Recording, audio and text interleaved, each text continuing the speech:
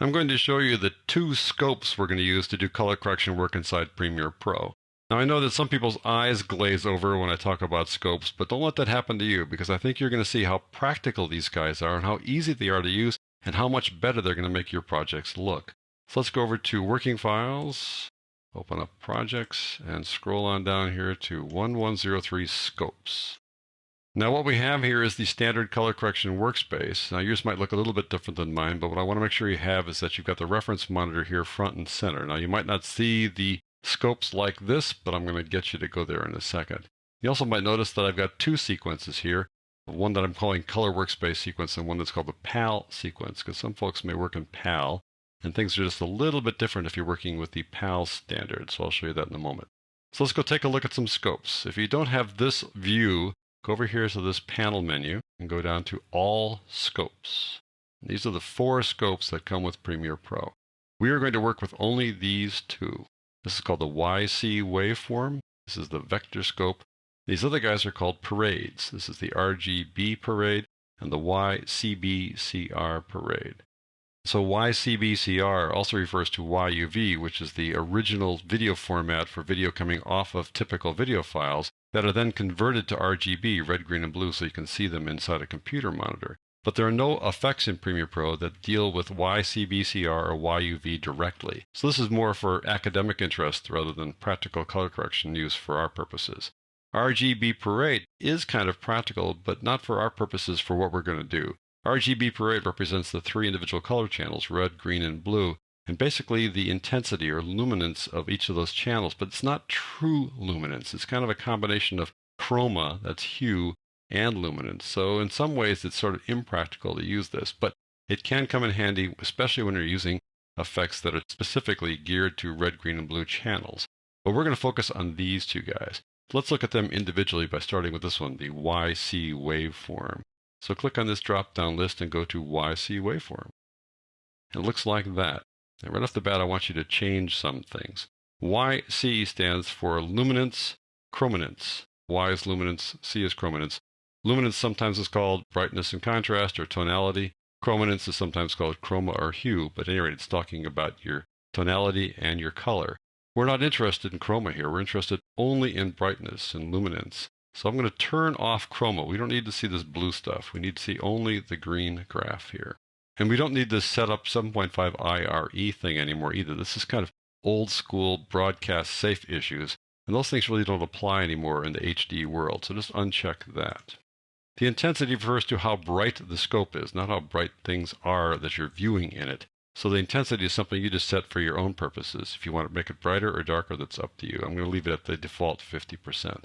So what do we see here? We're seeing brightness. We're seeing luminance for the clip that's above us here. And as you go through the clip, you'll see that the scope changes. That's because it's dynamic. It'll adjust depending on what's up here inside the clip. What it's showing you here is brightness inside this clip or luminance in the clip. Down here is the dark area. And so you see a lot of dark area here all along the bottom. But the fact that it's on the bottom here doesn't mean that it's on the bottom here. This just happens to be where the dark area is. This line here along the top is the brightest area in the clip and happens to coincide with this little area right there. Notice the left-hand side's got this little shrub on it here, so you don't see any bright area there. So it's left to right is how it's representing things here. So this little line here shows that there's some brightness here. Right here it's kind of empty because there aren't too many midtones here. Either it's kind of bright or it's kind of dark without too many sort of gray things in the middle. You can also spot a couple of other things here. If you look to the right, you see that's the brightest spot there. That corresponds to that sort of bright area there. Kind of peaks to the brightness there. That's this little bright area right there, a little bit brighter than the left and the right. The dark areas you can see are down here. This dark area right there refers to the dark area that you're seeing down here. And the dark area on the right, see how it kind of dips down to the right because you see this darker area getting bigger here on the right. So there's more area that's dark. So this is really a good way to see things from left to right. And it's really a good way to judge whether you've got the right dynamic range of luminance in your clips. Your dynamic range should go from 0 to 100. You don't want to have anything darker than 0. You want to bring your darkest areas, your shadows, down to the 0 line. This is 0 IRE. IRE stands for Institute of Radio Engineers. How radio engineers got involved in video, who knows, but that's what it's called. Anyways, you want to bring your shadows down to 0. Now, sometimes you have some clips where the shadows actually go below 0, so you need to bring them up to 0. That's your goal. to have them just touch that 0 line there. It's not really a crime if you bring them slightly below there, but you'll have more areas that are just black. Anything in the 0 line just has no details, so you do want to have some detail throughout your clip, except for just a couple little areas of the black and a couple areas of white that have no detail. This area at the top here are called your highlights, and you want to bring your highlights up to 100.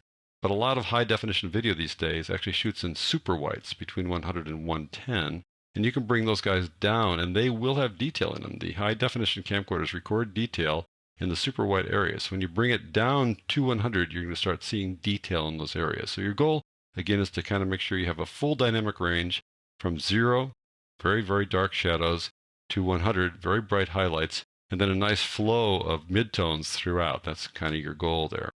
You take the same basic approach if you're working in a PAL sequence, that is the phase alternating line standard common in Europe. I'm just going to switch over to a PAL sequence with the same clip in it. I had to change the aspect ratio a bit to make it fit in there, so the scope will look a little different when we go from one to the next. But at any rate, you can see how the scopes are similar. Only difference is these numbers along the side here. This is volts rather than the IRE that you see over here on the NTSC side of things. But back in PAL, you just go from 0.3 to 1.0. That's the same range as 0 to 100 here over on the IRE side. So again, here's PAL. You want to have the darkest areas in your clip just touch the 0.3 line, and you want the brightest areas to touch the 1.0 line here to have proper dynamic range for your clips. And that's really the only place you need to worry about the difference between PAL and NTSC. Other places like color, you work in the same scopes. So let's go back to the NTSC sequence. That's tonality. This is the guy you use to fix tonality, and it's pretty straightforward. You're going to see how easy it is once we work on it in the next lesson. The next scope I want you to look at is the vector scope. Go over here, go to the vector scope. The vector scope shows hue, shows color, and all this stuff here may be a little bit confusing, but let's just take a look at the color wheel. I'm going to make this clip active. I'm going to go to Fast Color Corrector and double click on it. That'll add it to this clip. We'll open up Effect Controls. There it is. And look at the color wheel, and then look at the vector scope. Right there that says R. That stands for red. Red over here. Over here is B for blue. There's blue. Over here is green, G for green, like that. So we have red, green, and blue, matching the color wheel. Red, green, and blue. And the complementary colors, right across from blue here, yellow. Right across from blue, that's yellow. Right across from green, the complementary color is magenta. There's magenta right there. And right across from red, the complementary color is cyan, right down there, cyan. So this represents this color wheel. So if I start pulling the color wheel in a direction, you're going to watch the scope change. I'm going to pull the color wheel in the direction of red. And it's going to give a red color cast to the clip. Watch the clip turn red. And watch that vector scope show that I have now pulled things to red. The vector scope is indicating, whoa, you've got a lot of red here, my friend. If I bring it back down to the middle here like that, the middle part is neutral. Everything around there means that you're approaching neutral. You're approaching gray. If I were to drop the saturation on this clip to 0, right now the saturation is 100, which is default, which is normal. If I start dropping the saturation out, which means removing color essentially, watch what happens to the center of this guy. It's going to shrink. It's going to go down toward the center till it becomes gray. So gray is the center of the scope, means there's no color, no hue there. Pull it out, there's saturation. I can increase the saturation, and we expand the saturation like that. Now these little boxes here are supposed to indicate how far you can pull saturation. If you look up here, it says 75%. So 75% is kind of the golden rule for a number that you're not supposed to exceed in the old days. But now in HD, that no longer applies. You can try to really fully saturate your clips. So change the view here to 100%, and that shows the real saturation. You don't need to worry about having it stop at 75. These little boxes on the outside are about as far as you're supposed to go if you want to remain in what's called broadcast safe. But again, broadcast safe doesn't really apply that much anymore. So let me show you what you can do. I've taken this saturation to 200. I'm going to duplicate this fast color corrector. I'm going to go right click and say copy, right click again and say paste. And when I say paste, watch what happens to the vector scope. It's going to double the saturation. Bam, it just spread it out. Notice what happened up to the vector scope and what happened to the clip. It gets really pretty heavily saturated. It's right on the border of being too saturated. I'm going to do that again, right click and go paste again, and wham. Now we've gone beyond all logic in terms of saturation, but you can see what happens when you saturate a lot and see how the scope responds to that saturation. I'm going to take one of those guys now and drop the saturation back down to something semi-reasonable. Here we go, and open up this little guy and slide it over a bit like that. You can see we're pulling the saturation back in now to something that would be at least more reasonable, although I'm not sure those colors are what I'd like to see in this particular clip, but that's saturation, folks. Now that I've shown you the saturation, I can also show you how the color wheel works and how that relates to the vector scope. Right now we've got this overall color cast that's not going any particular direction. It's going a little bit toward red, a little bit toward blue, but it's not going toward any one color. If I can pull it toward one color as I did before like that, I can bring it around, watch how it goes around, and watch the image up on the top there as I go around. Going over to blue now, you can see that the scope is trending toward blue. I go down to green, it'll trend toward green. I can take this controller here, which moves things in large chunks like that, and really pull it toward green, such that it'll just all be green and all the detail goes away. Pull that back again. Just move this guy around like so. That's how the fast color corrector works in terms of pulling color in a particular direction. You can also move the hue like this, shift it around like that. Notice how the vector scope is corresponding to the movement of this wheel.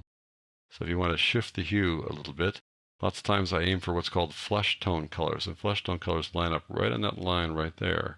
It's really a cool way to get your color correct. If you've got a face in the picture, you can use a flesh tone to get the color exactly right.